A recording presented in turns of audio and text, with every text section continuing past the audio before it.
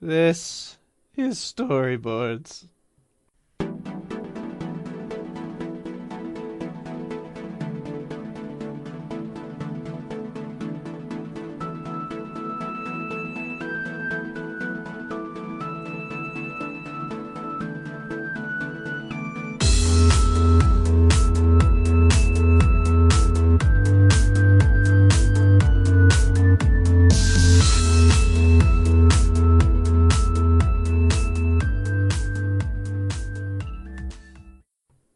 Hi, guys. Hello. Hey. Hey, I'm back. You're back. I'm back. Zach's back. Hello, I'm Zach. Zach Attack is How back. are you? I'm good. How about you? Good. Who are you? He got a concussion, then he forgot who we are. No, I did get a concussion. It laid me out for a while. I was off work. But I'm back. He's back. Better than ever. Yes. Now allergic to milk. I was allergic to milk before. Oh. You sure you didn't just pick that up? I mean, hits on the head give you weird things. Yeah, they really do. But I heard that lactose intolerance is an airborne sickness. Oh, really? And that it's also passed through romaine lettuce. Ah. Mm. That's what that E. coli is, folks. Oh, it's lactose intolerancy. Yep, it's an acronym. It means extra crazy of lactose intolerance. An extra crazy amount, huh? Mm-hmm. Man, Yeah, that E. coli. it's gonna get you every time. It's the worst. It'll find you. It'll get you. Not to be confused with the bratwurst Because that's the worst. as well. Yeah. Well, welcome back, guys. Thank you. It's been a while. Yeah, it has been. It's been about a month. So We've missed your dulcet tones. emphasis on dole or sitting. I'm Yes. dull and I'm sitting. Yep. And there's tones Your coming out dull of my mouth. sitting tones. As you can tell, it's been a month for us. It's been a bit crazy. Zach's been out ill with a concussion. I've gone through colds and new jobs and all crazy kind of things. So we've kind of been rescheduling ourselves. Yeah, well, both of us have new jobs. Yeah. So that's pretty cool. Yeah, Zach's working at a mattress company. I am. Technically, it's all sorts of bedding. Oh. So Hmm. pillows, mattresses, sheets. We're a wholesale warehouse.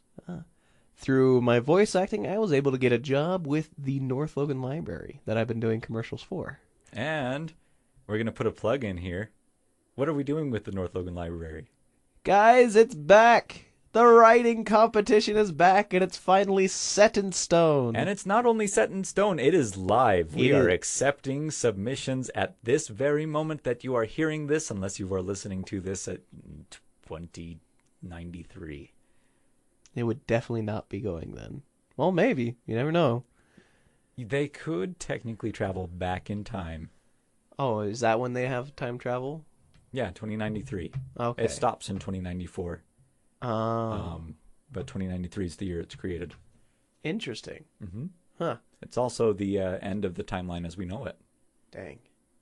That'd be cheating, though, if they came from 2093 in the future and knew other books and wrote it for the competition.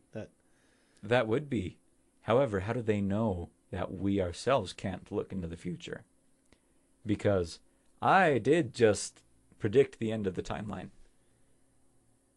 Like the end of everything. Are you from the future? No, I am constantly living in the past. Because as each moment passes by, you can't remember the present.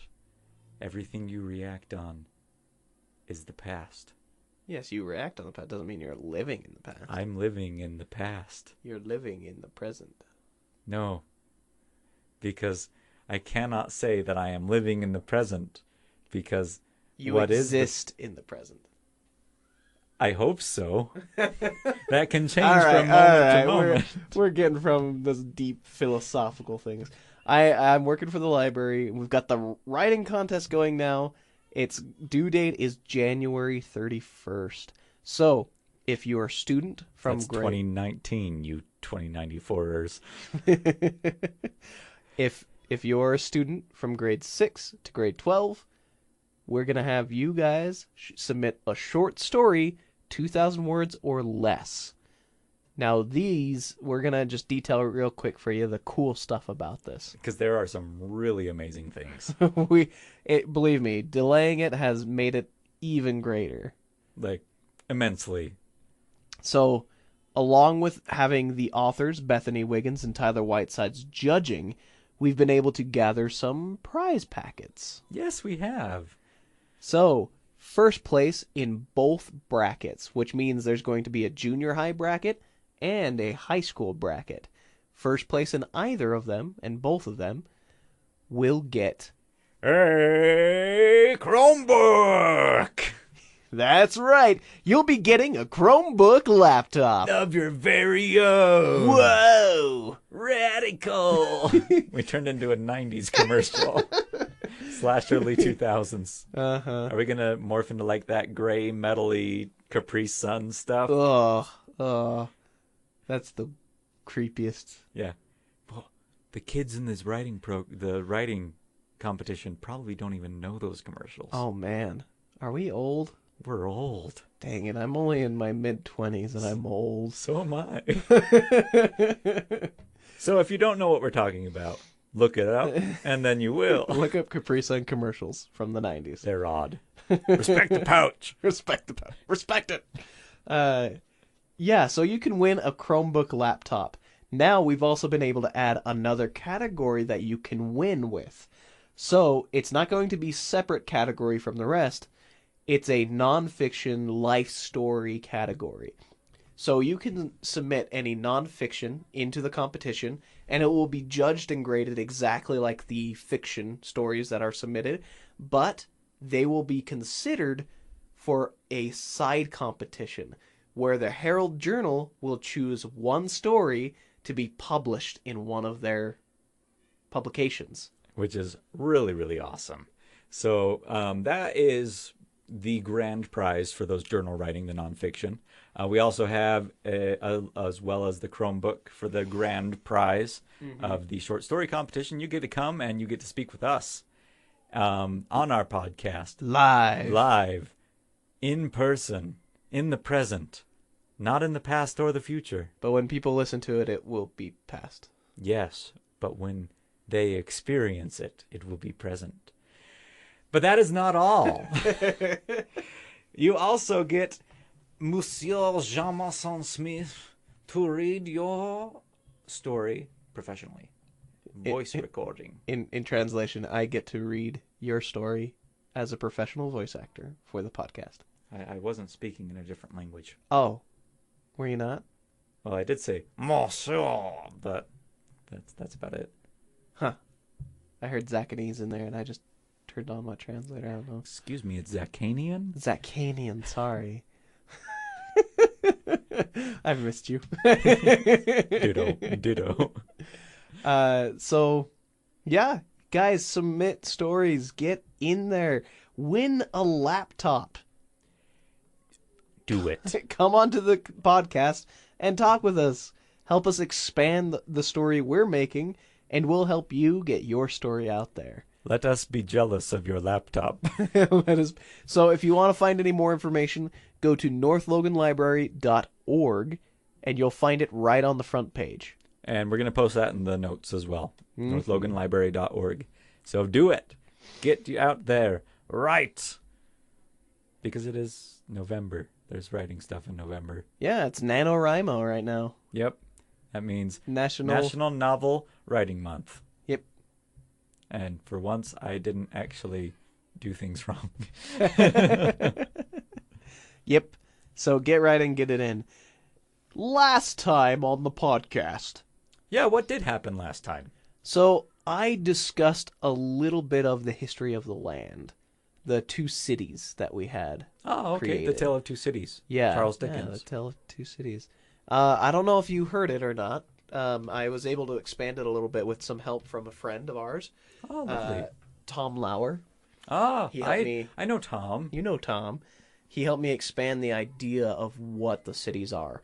In the last episode, we discussed, or at least I discussed, I told you, The royal we. the royal we. So the city is the port town of Cecil, and then the other city on the other side of the mountain is Ilion. Okay. And together they're the twin cities of Sicilian. Like Italy.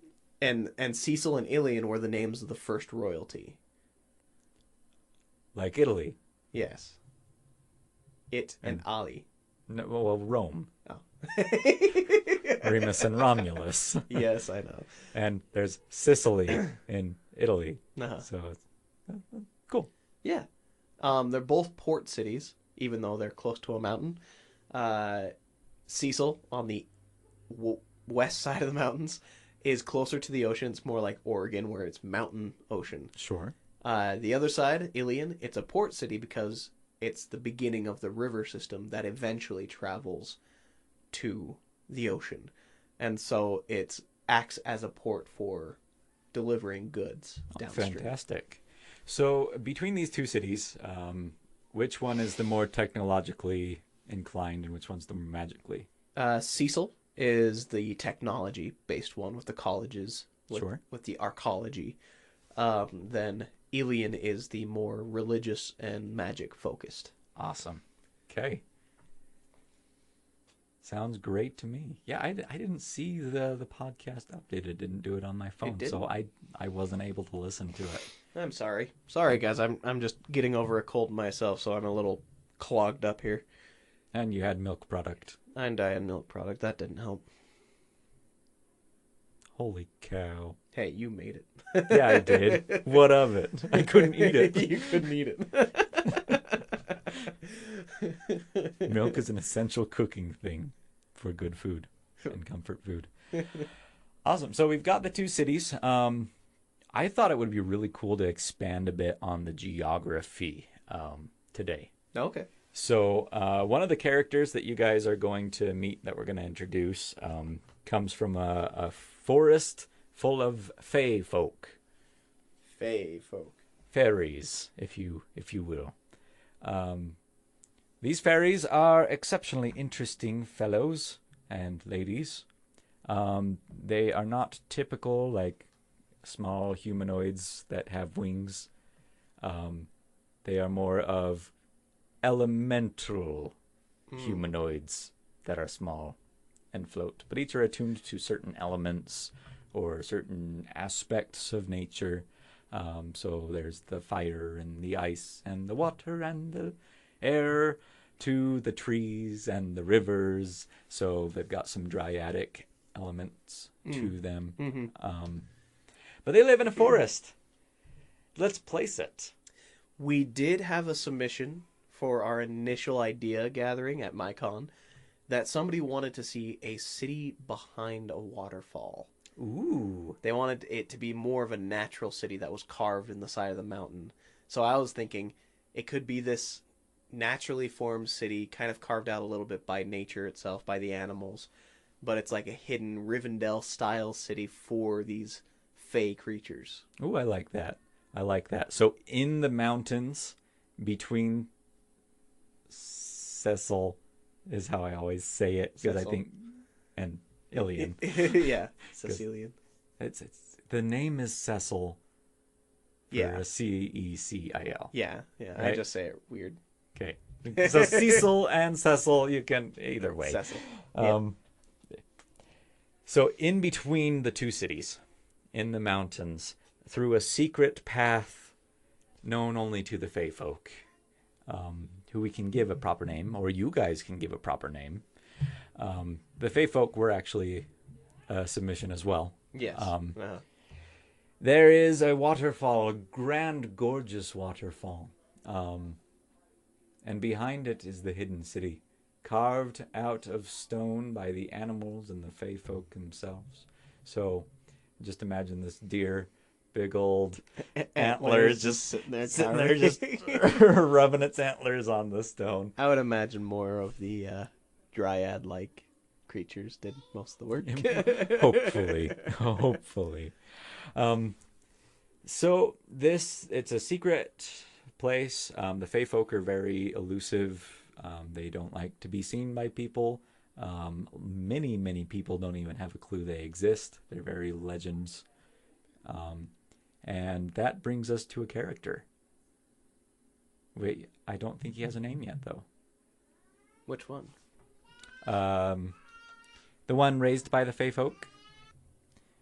So, Jameson, talk to us a little bit about this character. All right. His name is Kilton. He does have a name.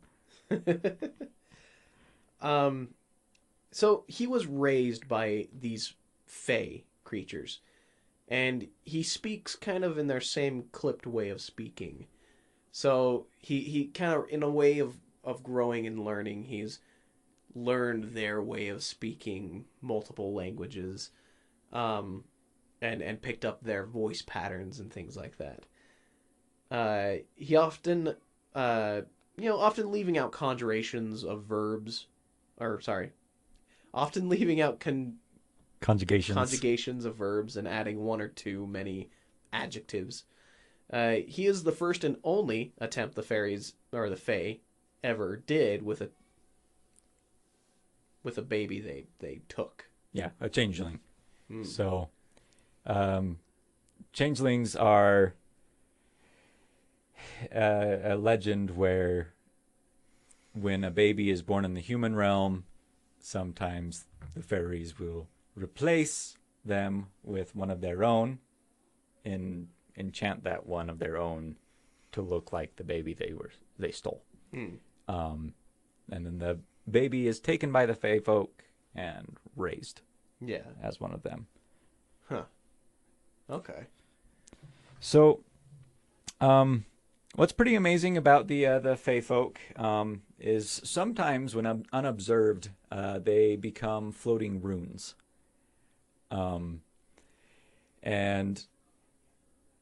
when they are in their runic form, it shows base elements of their soul. So, like the ones that are made of fire have a fire rune that is unique only to them.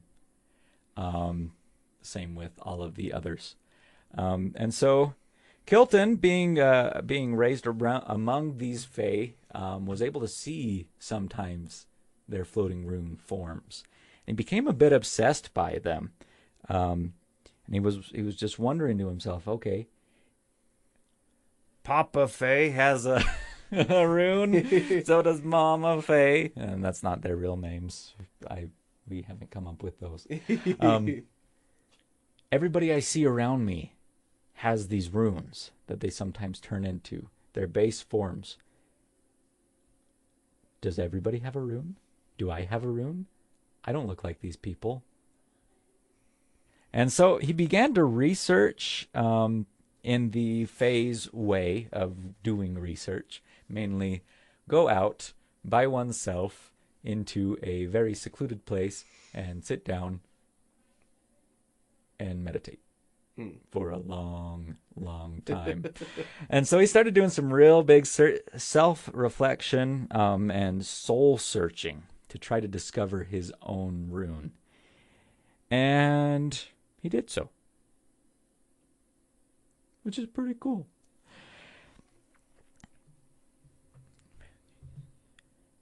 And so he came back to the Fae, and he was like, hey, I figured things out. I don't like a girlfriend. Oh, no. Hey, I think you need a new one. And he started talking to the Fae in his own unique way, and he found that, yes, every single individual has a rune, and they have names. It's a soul rune. Mm-hmm.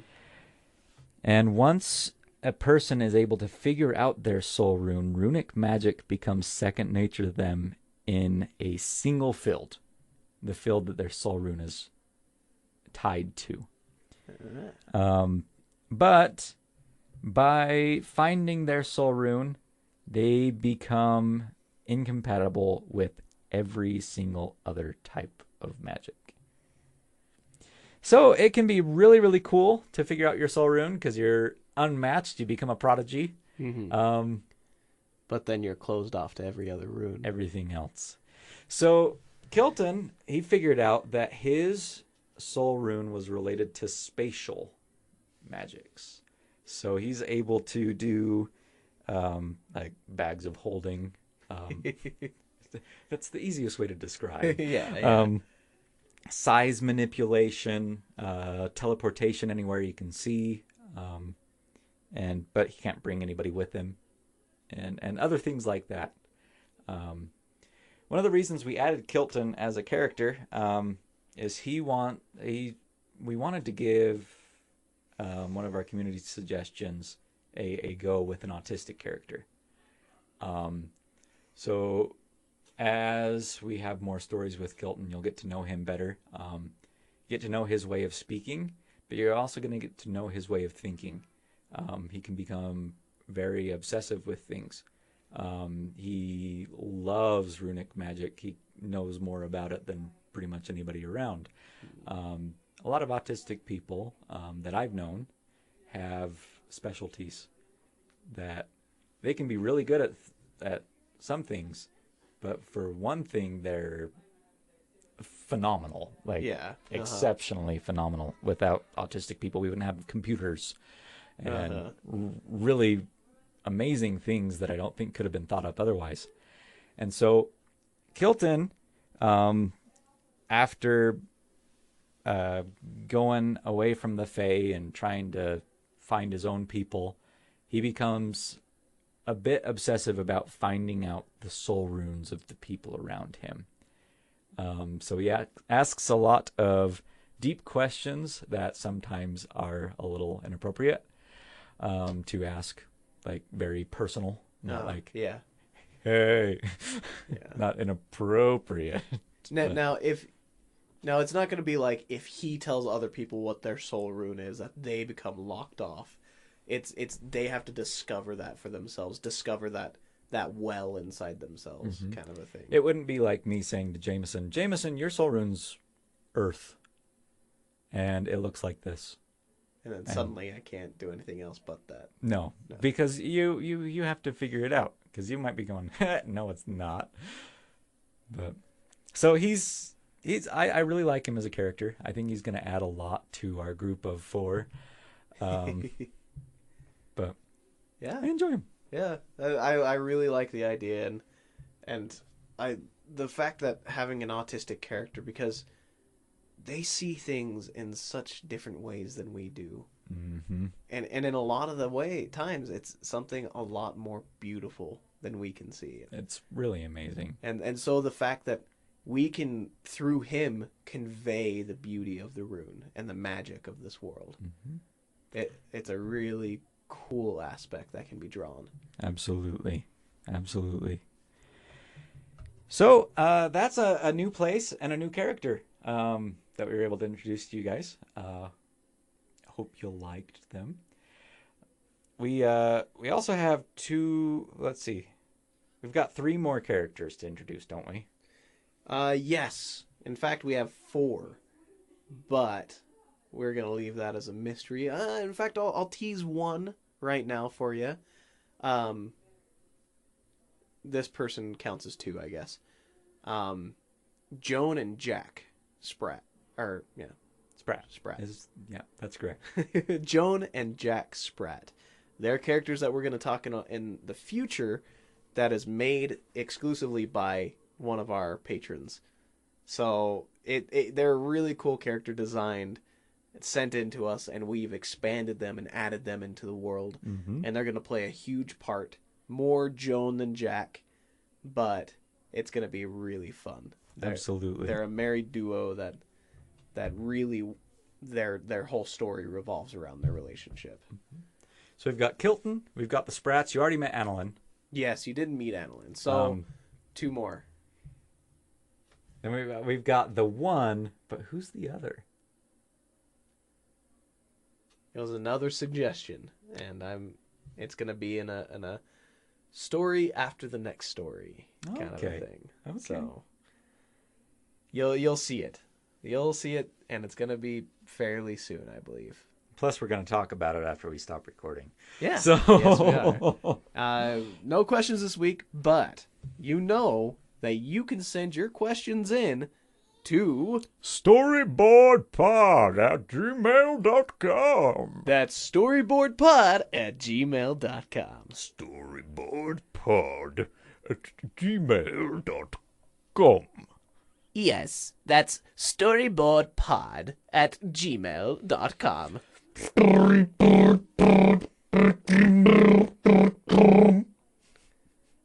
Thank you, robot friend.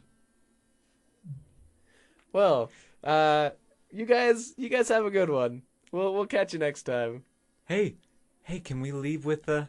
Oh yeah, we can. Wow. All right, it's been a while. It has been. Come here. It has been too long. Come for your sound hug. How are you? Hear my phone vibrate as we do this. That's a little odd. I'm getting a phone call. Have you been okay? Everything's been all right? Your ears doing well, I see. Don't ever give up on your dreams. Step out, stand out, And be marvelous. Excelsior! Goodbye, Stanley. Goodbye, Stanley. We loved you. That sound hug was for you. Yes, I'll hug you even more. Come here. All right. All right, we'll see you next time. Bye, guys. Bye-bye.